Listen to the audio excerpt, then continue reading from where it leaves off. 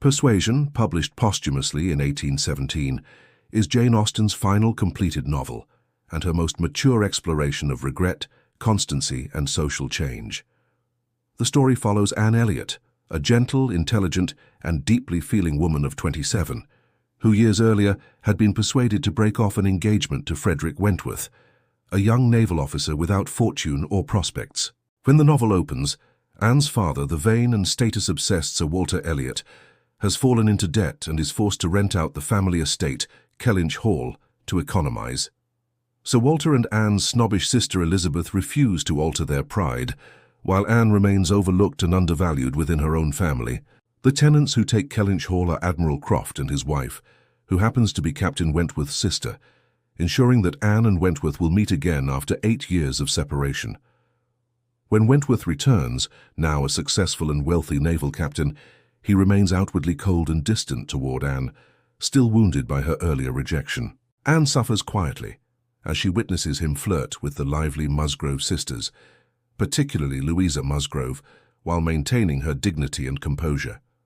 The narrative explores the emotional restraint and quiet endurance expected of women in a society that values youth and marriageability over intellect or constancy.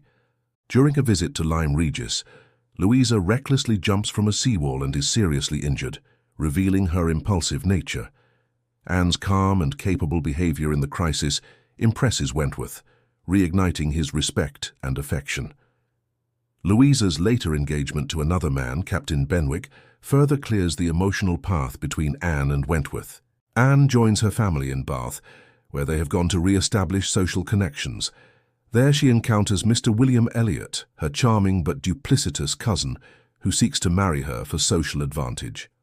Wentworth also arrives in Bath, and both struggle to express their feelings amid social constraints and misunderstandings. In one of Austen's most memorable scenes, Wentworth writes Anne a love letter, confessing that he still loves her and has never stopped.